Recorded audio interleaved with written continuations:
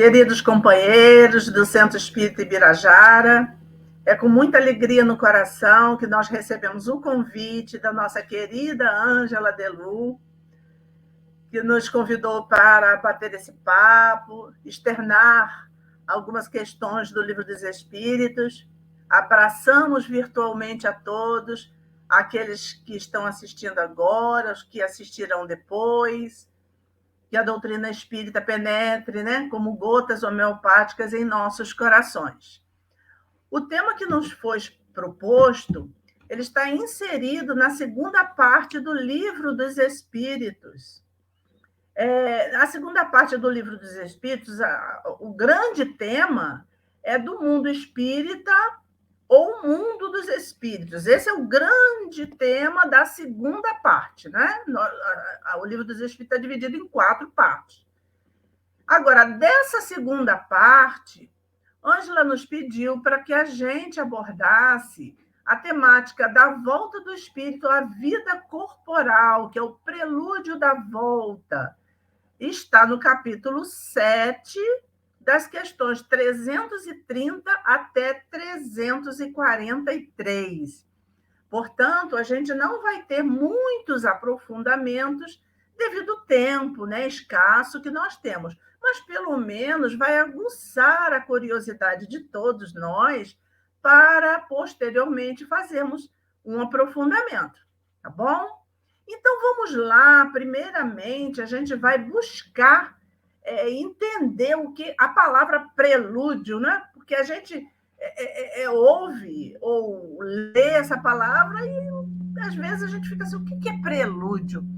Que foi colocado no Livro dos Espíritos. Aí a gente foi lá no dicionário, é um substantivo masculino, e os dois significados até são bastante equivalentes, que é o ato preliminar, é o primeiro passo para alguma coisa, é o início, né? O primeiro passo, a primeira etapa para determinado desfecho. Então, a gente já entendeu que o prelúdio dessa volta do espírito à vida corporal é tudo o que acontece antes que ele reencarne, tá? Então, já fica mais fácil assim, para a gente entender esse prelúdio da volta. E aí, nessa questão do prelúdio, nós listamos assim, só para o nosso entendimento ficar um pouquinho mais aclarado, nós listamos aí no próximo slide alguns itens que vão nos favorecer esse entendimento. Por exemplo, análise espiritual dos benfeitores. Quer dizer, os benfeitores já vai reencarnar fulano, né? Vamos chamar de José. O José vai reencarnar. E aí, quem é José? Qual é o passado de José? Vamos fazer uma análise das necessidades de José, né? Quais são os seus débitos, os seus acertos e os desacertos. Toda essa análise os nossos benfeitores fazem. Você vê, né, o trabalho que a gente dá, né? Tem uma fichinha lá. O nosso histórico está registrado no mundo espiritual. A partir disso, existe a programação das circunstâncias. José deve nascer rico, deve nascer pobre. Os pais vão ser pais religiosos ou não. Enfim, toda uma programação de circunstâncias. Será que José vai ser uma pessoa doente ou vai ser uma pessoa saudável? Isso são as circunstâncias. Em que local, em que país, né? Vai ser favorecido por quais elementos que podem imprimir um progresso espiritual ao José. O planejamento familiar, a gente vê nas obras de André Luiz, que é o chamamento de pai, mãe, às vezes até os avós, os tios, aqueles que vão estar ali presentes na vida do José. Eles são chamados durante o desdobramento do sono para fazer um verdadeiro contrato espiritual, assinar um contrato para o recebimento de José. O planejamento do novo corpo, isso é muito importante, porque imagina uma pessoa muito vaidosa, um espírito que cultuou muito o corpo físico, esse espírito, logicamente, ele vai precisar ser restrito nessa parte para que ele não enverede de novo para o endeusamento, para o narcisismo, para a vaidade exacerbada.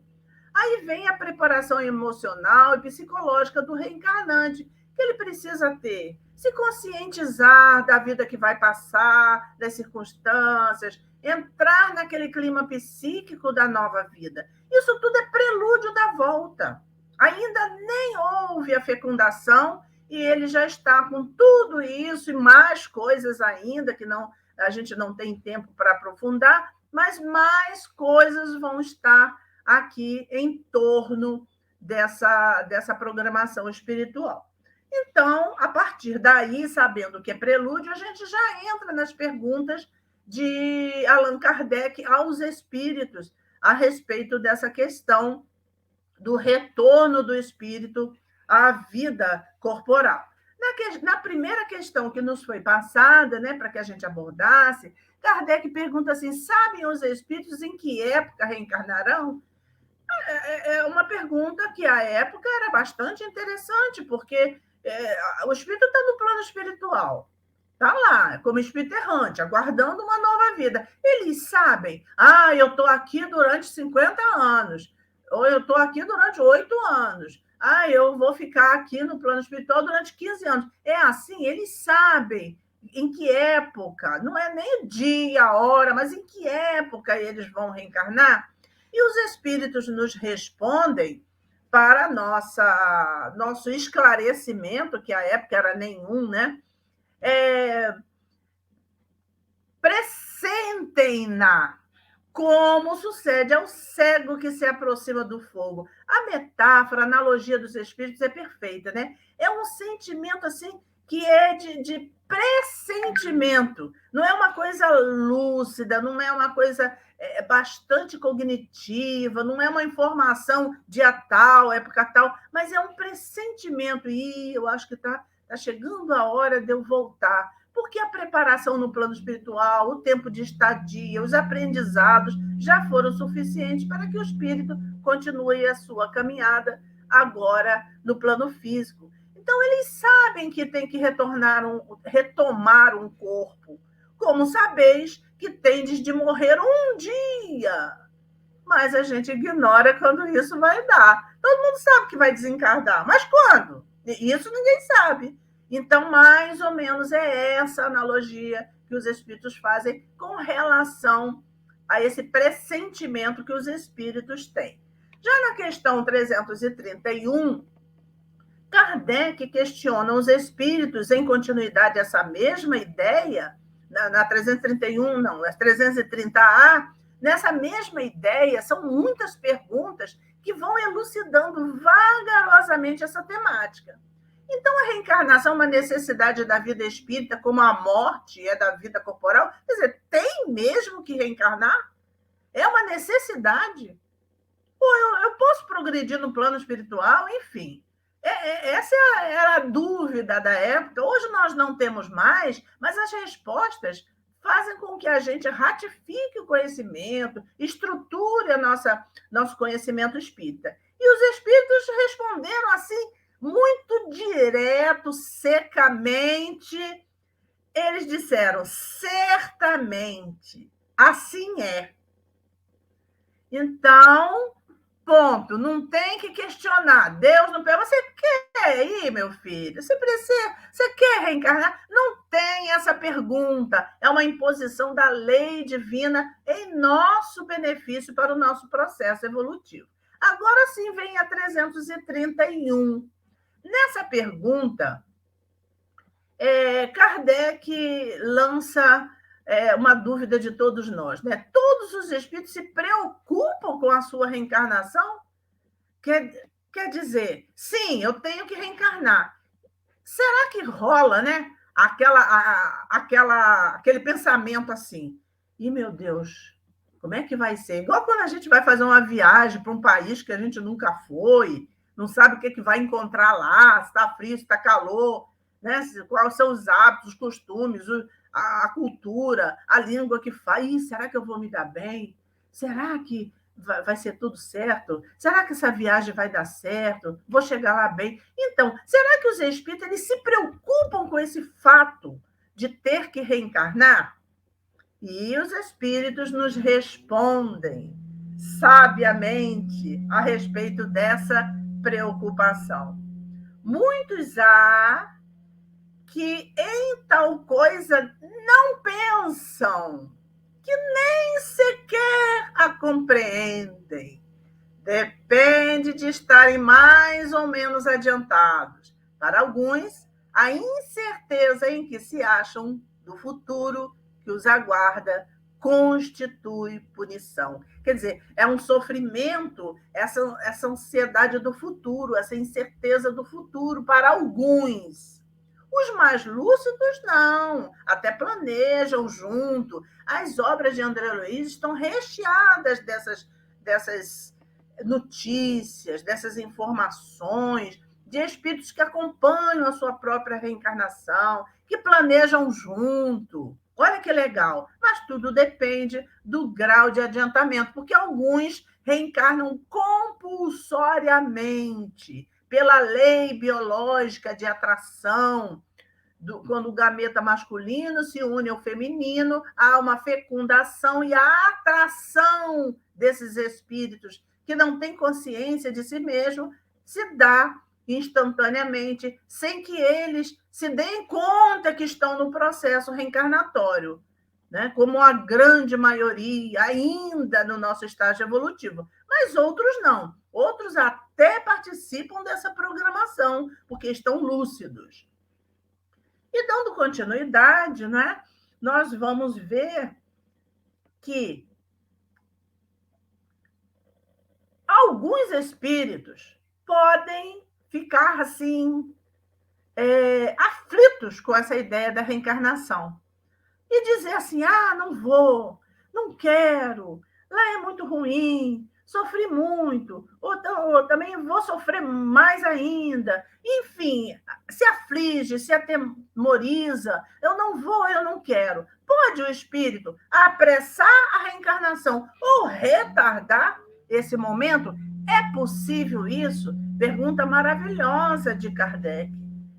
E aí, os espíritos respondem para todos nós: pode apressar esse momento, atraindo por um desejo ardente: eu quero ir, eu quero evoluir, eu preciso estar com fulano, com cicrano, eu quero resolver minhas encrencas, eu quero acabar com a animosidade que eu tive com meu pai, com meu cunhado, enfim. Aí aquele desejo ardente, mas também pode igualmente distanciar esse momento, recuando diante da prova. É aquele famoso amarelão, né? A pessoa vai pular lá de bump jump ou de uma asa delta, e quando chega na hora de fazer o pulo, amarelou, voltou, não teve coragem. Então, a mesma coisa pode acontecer no momento de reencarnar. Recua da prova, pois entre os espíritos também há covardes e indiferentes, porque as características dos espíritos são as mesmas do encarnado, só não tem o corpo físico.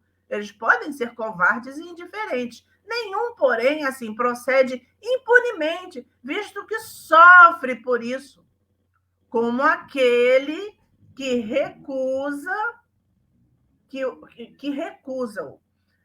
Aquele que recusa sofre, aquele que amarela sofre, porque retarda seu progresso. E aí vê todo mundo passar na frente, os entes queridos, as pessoas conhecidas, e ele está lá, estagnado, porque ele está amarelando, porque ele não quer reencarnar, porque ele recusa. Não é? Então, ele sofre com isso.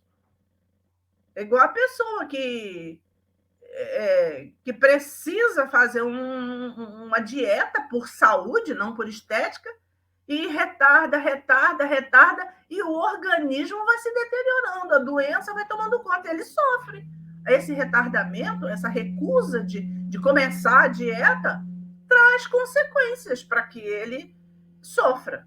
Né? Mais ou menos é uma metáfora para a gente entender o sentido.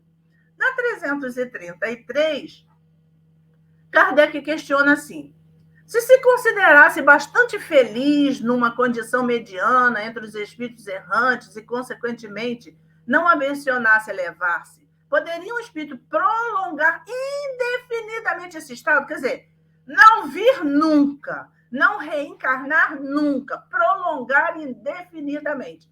Vamos ver o que os espíritos nos responderam para a gente caminhar de forma assim mais efetiva. Indefinidamente, não.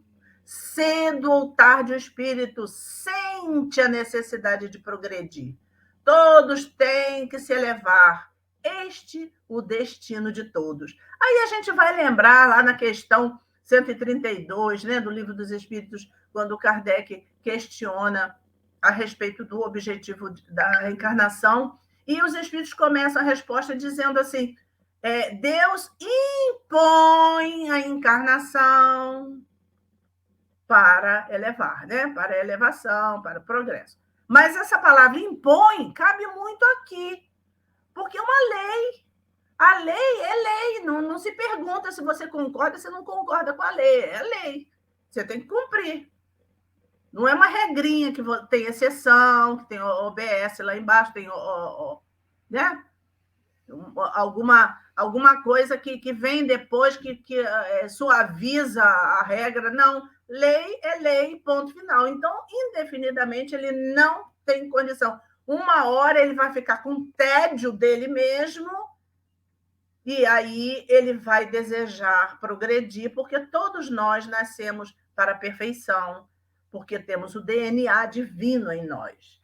Dando continuidade, vamos ver agora a 334, que Kardec questiona a predestinação na união da alma com tal ou qual corpo, ou só a última hora é feita a escolha do corpo que ela tomará. Isso daqui é bastante importante para a época, porque na época vigia a ideia de que a alma era incorporada ao corpo na hora do nascimento.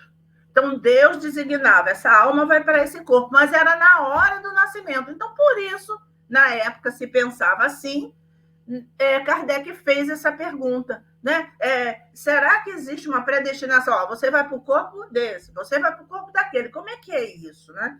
E os espíritos respondem: o espírito é sempre de antemão designado. Antemão, ele sabe que corpo ele terá. Quer dizer, logicamente, a gente já viu que alguns reencarnam pelo processo compulsório, não sabe de nada, porque não tem condições. É uma infantilidade espiritual tamanho que os benfeitores é que tomam conta da vida dele. Mas, em média, os espíritos sabem de antemão. Você vai ter um corpo assim, assado, você vai ser homem, ou vai ser mulher, vai ser de baixa estatura, você vai ser de pele negra, ou você vai ser asiático, enfim, né? Tendo escolhido a prova que queira submeter-se, pede para encarnar. Ora, escolheu a prova, então já está numa condiçãozinha boa, que pode até escolher. Deus, que tudo sabe e vê, já antecipadamente sabia. E vira que tal espírito se unira a tal corpo, uniria, né, a tal corpo. Então, porque a presciência divina já está mais ou menos. Para Deus não tem futuro, né? É um eterno presente. Pelas necessidades daquele espírito e pelo seu histórico espiritual, já se sabe, os próprios benfeitores já sabem, ele vai precisar reencarnar na família X, que é ali que está a encrenca dele. Então, antecipadamente, já se sabe mesmo. Vamos dar continuidade na pergunta 335. Cabe ao espírito a escolha do corpo em que encarne ou somente a do gênero de vida que lhe sirva de prova? Aqui, Kardec entra nas especificidades. Por quê?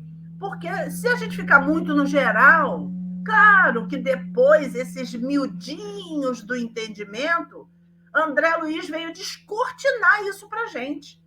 As obras de André Luiz estão recheadas desse conteúdo mais esmiuçado. Mas aqui, Kardec já dá um panorama. Se o espírito, se cabe a ele a escolha do corpo em que encarne, ou somente o gênero de vida que leve. Quer dizer, é o geral ou é o específico? E os espíritos respondem dessa forma. Pode também escolher o corpo, pode, não é que é sempre que faz isso, mas pode escolher o corpo, porquanto as imperfeições que este apresente ainda serão para o espírito provas que lhe auxiliarão o progresso, se vencer os obstáculos que lhe oponha. Nem sempre, porém, lhe é permitida a escolha do seu invólucro corpóreo, mas simplesmente a faculdade de pedir que seja tal ou qual. Pô, pedir pode, né? Se vai ser atendido, é outro papo. E a gente vê, até tem uma história, André Luiz conta, né, da mulher que pecou numa área da vaidade, da beleza física, e ela ia reencarnar, e a espiritualidade apresentou para ela, né, um croquis do seu próximo corpo físico, e ela, então, fez ressalvas. Não, eu gostaria que melhorasse aqui, melhorasse ali, mas o melhorar para esse espírito lúcido era colocar feiura do corpo, não colocar tanta perfeição, porque ela não queria sofrer de novo a tentação de resvalar para o lado da vaidade, do orgulho. Então, ela queria um corpo feio, meio que disforme. Então, o espírito, quando está lúcido, ele sim pode interferir na escolha do corpo. Ainda na letra A dessa mesma questão, Kardec diz assim: poderia o espírito recusar à última hora tomar o corpo por ele escolhido, que ele escolheu, aí se arrependeu. Pode, na última hora, ele fazer isso? E os espíritos respondem: se recusasse, sofreria muito mais do que aquele que não tentasse prova alguma. É bastante interessante, né? E a gente vê que isso acontece também nas obras de André Luiz, os abortos espontâneos, que muitas das vezes é a desistência do espírito. Serve como prova para os pais, claro que serve, mas muitas das vezes aquele espírito estava tudo preparadinho para ele reencarnar, tudo direitinho. Na última hora ele desiste e a mãe, então, tem um aborto espontâneo, não é o provocado. É aquele do próprio biológico da mãe. Aí, dando continuidade, que o nosso horário voa, né? Poderia dar-se não haver espírito que aceitasse encarnar numa criança que houvesse de nascer? Quer dizer, tem a situação, mas ele não quer aceitar aquela situação. Quer dizer, aquele pai, aquela mãe, aquela família, aquela criança que ele vai ser. Será que isso pode acontecer? E aí os espíritos respondem: Deus a isso proveria. Quando uma criança tem que nascer vital, quer dizer, ela precisa ter vida, ela não pode morrer antes de nascer, né? Os natimortos, aqueles que nascem mortos. Quando uma criança tem que nascer vital, está predestinada sempre a ter uma alma. Nada se cria sem que a criação, e aqui está cortado, né?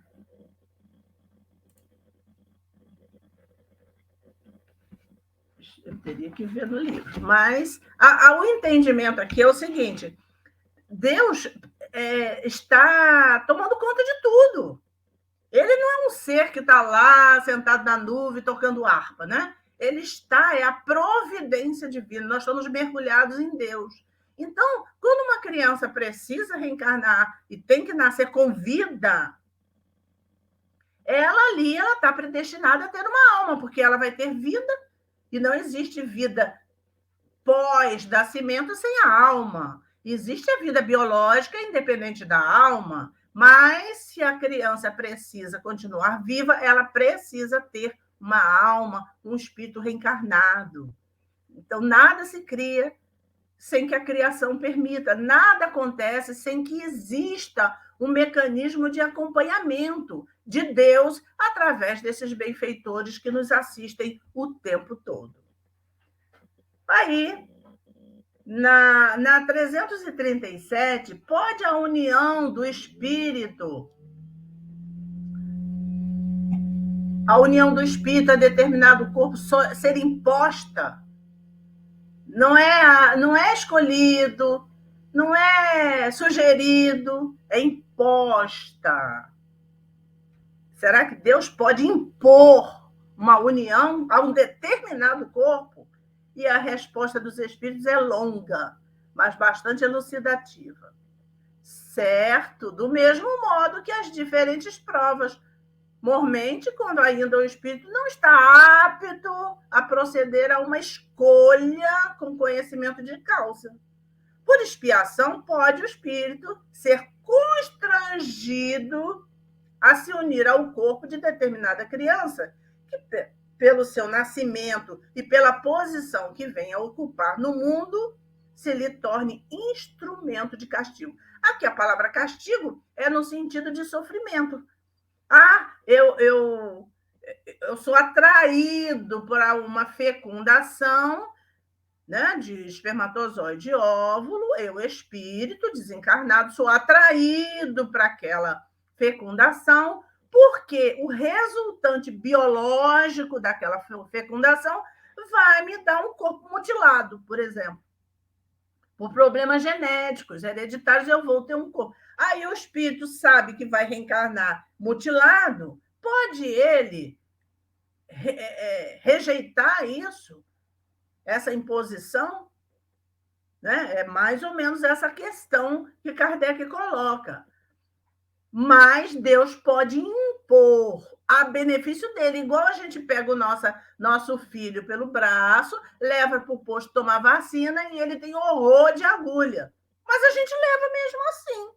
Mesmo sabendo que ele vai espernear, que ele vai chorar, que ele vai dizer que não te amo mais, não gosto mais de você, aquelas coisas, aquelas cenas que a criança não faz. Mas a gente não deixa de levar para tomar a vacina ou para extrair o dente. A gente não deixa, porque Deus procede conosco da mesma forma.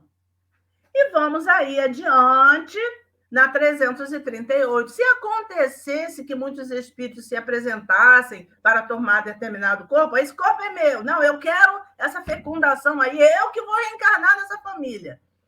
Que é que decidiria sobre qual deles pertenceria àquele corpo que está planejado, né? Não é o corpo já pronto, gente. Não é. A gente hoje já sabe que a partir da fecundação já existe um espírito determinado para aquele corpo que está se formando, né? Que já vai se ligando, célula a célula, o perispírito do desencarnado, aquele corpo físico. Mas aqui fica a pergunta.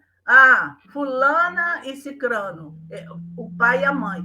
Fulana vai ficar grávida. Aí tem um monte de espírito querendo reencarnar ali naquela família, naquele ventre, naquele pai, naquela mãe. Como é que fica, né? O que determina a escolha de quem é que vai, né?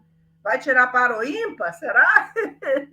Como é que fica? E os espíritos respondem, então, para nós que muitos podem pedir, mas, em tal caso, Deus é quem julga qual o mais capaz de desempenhar a missão a que a criança se destina. Porém, como eu já disse, o espírito é designado antes que soe o instante em que haja de unir-se ao corpo. Então, a coisa acontece antes, né, na hora que o corpo está pronto. Né? E a espiritualidade benéfica, amiga, evoluída, que comanda os nossos destinos por nossa própria incapacidade de gerir o nosso próprio destino, diz: é fulano quem vai agora. Mesmo que depois os outros venham como irmãos, mas o primeiro vai ser fulano, o segundo vai ser cicrano, você vai nascer como primo, o outro vai nascer como sobrinho, enfim, essas designações acontecem bem antes. E na 339, é feita a seguinte pergunta: no momento de encarnar, o espírito sofre perturbação semelhante à que experimenta ao desencarnar? É a mesma coisa, nascer e morrer é igual? É a mesma perturbação, quer dizer, aquela confusão mental, onde é que eu sou, onde é que eu estou, quem sou eu, enfim, parece que a gente acorda num lugar estranho e não se posiciona onde é que está. Aí, de repente, já sei, dormi na casa de fulano, eu estou no bairro tal, mas até que a gente atine que dormiu na casa do fulano, a gente acorda meio perturbado. Então, é essa a pergunta. E os espíritos nos respondem que muito maior é a perturbação ao encarnar, né? No momento de encarnar, o espírito sofre perturbação semelhante, muito maior e, sobretudo, mais longa essa perturbação. Pela morte, o espírito sai da escravidão. Pelo nascimento, entra na escravidão, né? Entra para ela.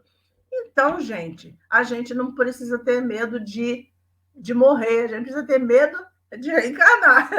É por isso que a infância é longa aqui no planeta Terra, porque o estado, até tomar pé da nova situação, exige muito mais tempo. Isso é doutrinário, é muito maior o estado de perturbação ao nascer do que ao desencarnar, embora a gente saiba que a perturbação ao desencarnar pode durar de minutos a séculos. Mas, no grosso modo, no caso de reencarnar, a perturbação é idêntica para todos, porque o período de infância é idêntico para todos. Aí vamos nós caminhando. Já, se Deus quiser, chegamos no final. É solene para o espírito o instante da sua encarnação? Pratica ele esse ato considerando grande? Bom, o espírito, quando vai reencarnar, ele tem, no caso do espírito lúcido, ele está na hora, né, um instante da encarnação, ele está acabando de sair do útero.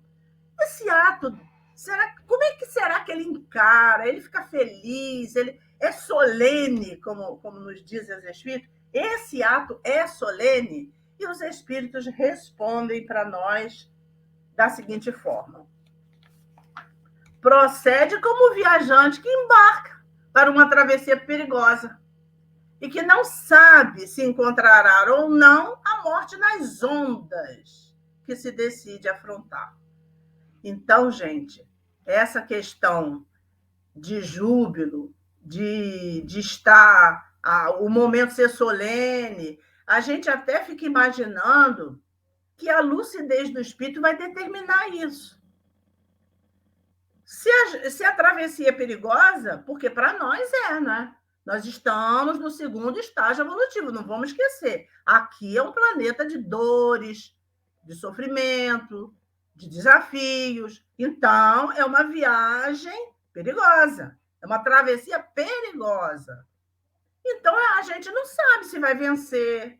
A gente vem com toda a vontade de vencer, promete que vai vencer, que vai fazer, vai acontecer. Um monte de promessa, parece até político, né? Em época de eleição, mas um monte de promessa. Agora, quando chega aqui, as circunstâncias, né, as vicissitudes da vida corporal vão testar a nossa condição de sermos fiéis ao prometido, de cumprir aquele contrato assinado. Então, mais ou menos, é como um viajante que embarca numa travessia e não sabe se vai encontrar a morte nas ondas, se vai dar certo a travessia, vai depender dele remar bem, dele nadar bem, vai depender dele, né? E aí, nós vamos agora para 431, 341, inverti aí o número. Na incerteza em que se vê quanto às eventualidades do seu triunfo, das provas que vai suportar na vida, tem o espírito uma causa de ansiedade antes da sua encarnação? Ai, meu Deus, será que vai dar certo? Eu não vou conseguir. Será que ele fica ansioso, igual a gente aqui, que entra naquele clima de ansiedade quando vai ter uma viagem, uma festa, um evento, que fica ansioso com as preparações? Será que o espírito entra nesse processo de ansiedade porque ele não tem certeza do seu triunfo? E os espíritos respondem para nós: de ansiedade bem grande, pois que as provas da sua existência o retardarão ou farão avançar conforme as suporte.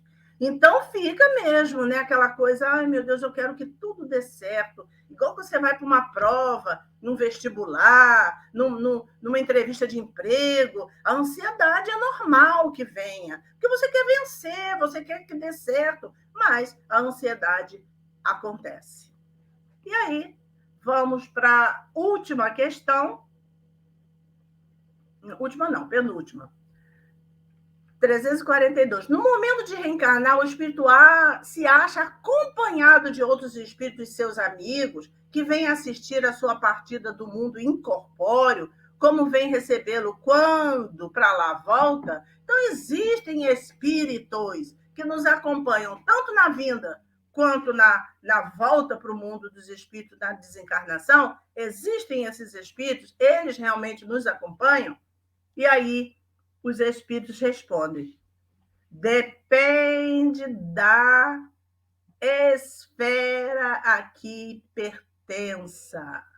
Se já está nas em que reina a afeição, os espíritos que lhe querem o acompanham até o último momento, animam e mesmo lhe seguem, muitas vezes, os passos pela vida em fora. Então, são os nossos anjos da guarda, espíritos protetores, independente do anjo da guarda, do espírito específico. Existem outros espíritos a quem nos afeiçoamos, ou que nos afeiçoam de outras vidas, ou por afinidade, ou por simpatia, que nos seguem, que nos dão ânimo, que nos dão coragem, que nos apoiam, nos abraçam, nos incentivam. Isso é muito bom a gente saber, né? É um consolo essa doutrina espírita. E a última, 343, nos diz assim, Kardec: os que vemos em sonho, que nos testemunham afeto, que nos apresentam como desconhecidos semblantes, são algumas vezes os espíritos amigos que nos seguem os passos na vida? Será a gente sonha? Eu sonhei com uma pessoa que eu nunca vi, não sei, mas era uma pessoa assim simpática, parecia um amigo, né? Será que essas pessoas que vemos em sonhos e que nos mostram algum afeto, essas pessoas são espíritos amigos que nos acompanham os passos? Será que são? É uma dúvida. E aí os espíritos respondem que muito frequentemente são eles que vos vêm visitar, como ides visitar o encarcerado. Então a gente vê que a condição de estar encarnado, os espíritos consideram que é um cárcere. A gente fica com tanto problema para desencarnar. Não quero morrer, não quero ir, não quero. Mas a vida na carne é um cárcere. E eles vêm visitar o encarcerado. Olha só que coisa, né? Muito interessante essa visão. Para que a gente fique com a visão de que a vida livre, a vida do espírito é a vida boa. É a vida do plano espiritual. Claro que dependendo do que fizermos aqui, dependendo do nosso grau evolutivo, porque também existem prisões no plano espiritual, e André Luiz também traz para a gente muito dessas colocações, né? Manuel Filomeno de Miranda e tudo. Mas, no geral, assim, o básico que a gente precisa entender é que entrar no corpo é entrar num cárcere. Sair do corpo é a libertação. E aí, vamos ver agora, nesse processo final do nosso trabalho, em que a gente já agradece a oportunidade de estarmos juntos e de alguma forma, contribuir para algumas reflexões sem aprofundamento, porque o tempo não nos permite, mas deixar aí um gostinho de vontade de pesquisar, de aprofundar mais. E essa frase de final de Chico Xavier: novas folhas, novas flores, na infinita bênção do recomeço. Esse nosso recomeço do lado de cá, sempre que sejam abençoados de flores, de refazimento espiritual, de progresso, que Jesus possa nos abençoar sempre como tem nos abençoado, e que a gente tenha essa visão ampla da nossa posição espiritual aqui no planeta Terra, para que a gente desencarne bem, porque morrer bem é saber viver bem. Um beijo no coração de todos.